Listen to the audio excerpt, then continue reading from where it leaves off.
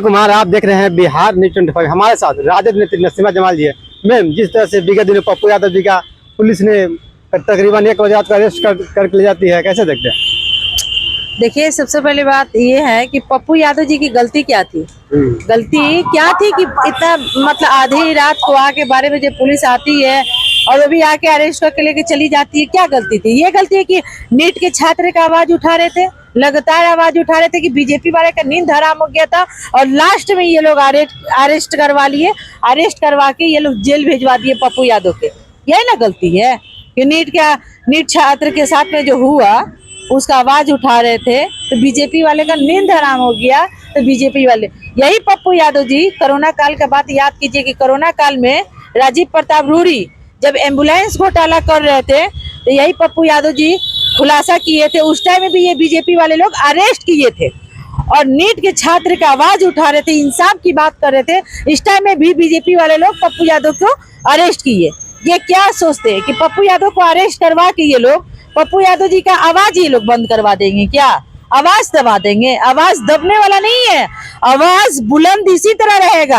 आप एक पप्पू यादव को जेल में डालिएगा, लाखों लाख पप्पू यादव यहाँ पे और खड़ा है, इनकी जेल भर जाएगी पर आवाज नहीं रुकेगा। मैम, जिस तरह से पप्पू यादव माननीय सांसद है पूर्णिया का, उनके पीएमसीएच में स्ट्रेचर पर तकरीबन 6 घंटा रखा गया, बेड नहीं मिला। बिल्कुल, आप खुद इस चीज को देखिए कि बेड भी नहीं मिला। ये मशीन की जीती हुई सरकार जब से आई है तब से इतना ज्यादा भ्रष्टाचार भर गया है, अपराध बढ़ गया, हत्या बढ़ गया, अपहरण बढ़ गया, बलात्कार बढ़ गया, कहने की जवाब नहीं है, सीमा छू रहा है। जब से ये मशीन की जीती हुई सरकार आई है, आप इस चीज को खुद मिला सकते हैं कि जब एक माननीय सांसद सेफ नहीं है तो हम और आप क्या सेफ है यहाँ पे।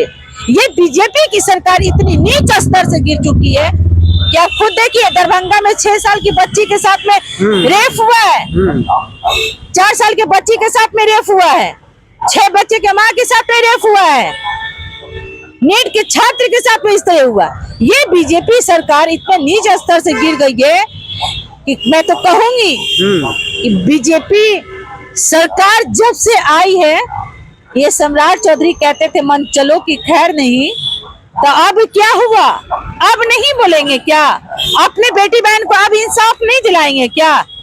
यही सम्राट चौधरी जो कहते हैं बेटी की मान सम्मान की बात, अब कहाँ गए सम्राट चौधरी? जब उनकी बेटी बहन की बात आ रही है तो अब कुछ नहीं एक्शन लेंगे। जब से गृह मंत्रालय उनके हाथ में गया है, बलात्कार, हत्या, अपहरण, मर्डर इतना सीमा छू गया है कि कहने की जवाब नहीं है। और सम्राट चौधरी जो कहते हैं कि हम मतलब मन चलो की खैर नहीं, आप खुद देखिए हत्या हो जा रहा है। एक सूरज बिहारी है, दिन दोपहर में उनका हत्या हो जाता है, बेटा के सदमा से बाप भी चला जाता है दुनिया से। मैम, जिस तरह से न्यायालय ने कहा कि पीएमसी इलाज चाहिए, देखिए पीएमसी में गए, इलाज नहीं हुआ, तकरीबन अधीक्षक बोल रहा था कि मैं सरकार के दबाव में हम वापस कर रहे हैं।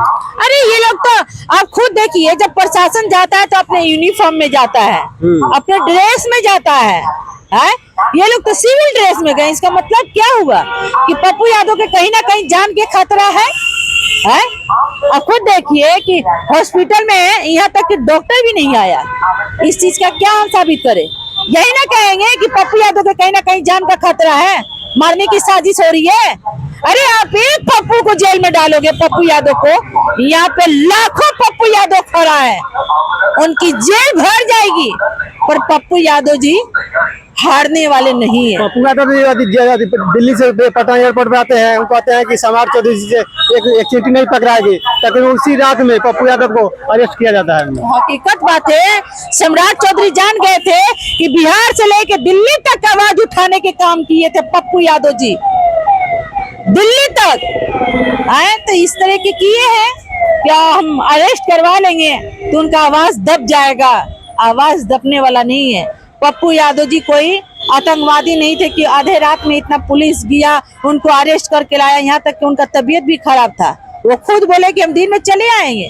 क्या प्रॉब्लम है? प्रॉब्लम बताइए ना आप। ये बीजेपी सरकार जब से आई है ये अपराधियों की सरकार है। जब से बीजेपी सरकार आई है अपराधी खुल के अपराध कर रहे हैं और बीजेपी सरकार कोई एक्शन नहीं ले रहा। जब एक दिन में कानून बन सकता है ना, तो एक दिन में अगर बलात्कारियों को फांसी हो जाए तो ये बलात्कार होना बंद हो जाएगा। मैम, जिस तरह से सीबीआई के केस नीतीश कुमार जी कहें कि 1 फरवरी को सीबीआई केस हैंडल कर दिया है, लेकिन सीबीआई अभी तक बिहार नहीं आई, जांच नहीं करने आई है। सीबीआई किसका है? किसका है सीबीआई? इन्हीं लोग का ना है। राज्य में इन्हीं लोग का सरकार, केंद्र में इन्हीं लोग का सरकार, हर जगह तो इन्हीं लोग का है, तो सुनेगा किसका? इन्हीं लोग का ना सुनेगा। आप देख नहीं रहे हैं कहीं ना कहीं ये जो बिहार के बेटी के साथ में गलत हो रहा है, ये बिल्कुल बर्दाश्त करने वाली बात नहीं है। जब महिला सरकार बनाती है तो महिला गद्दी पर से उतारने का भी हिम्मत रखती है। बस इतना ही। आप सुन रहे थे राजद नेत्री नसीमा जमाल जी को सुन रहे थे। वीडियो कैसा लगा? वीडियो को लाइक और सब्सक्राइब करना भूले। धन्यवाद।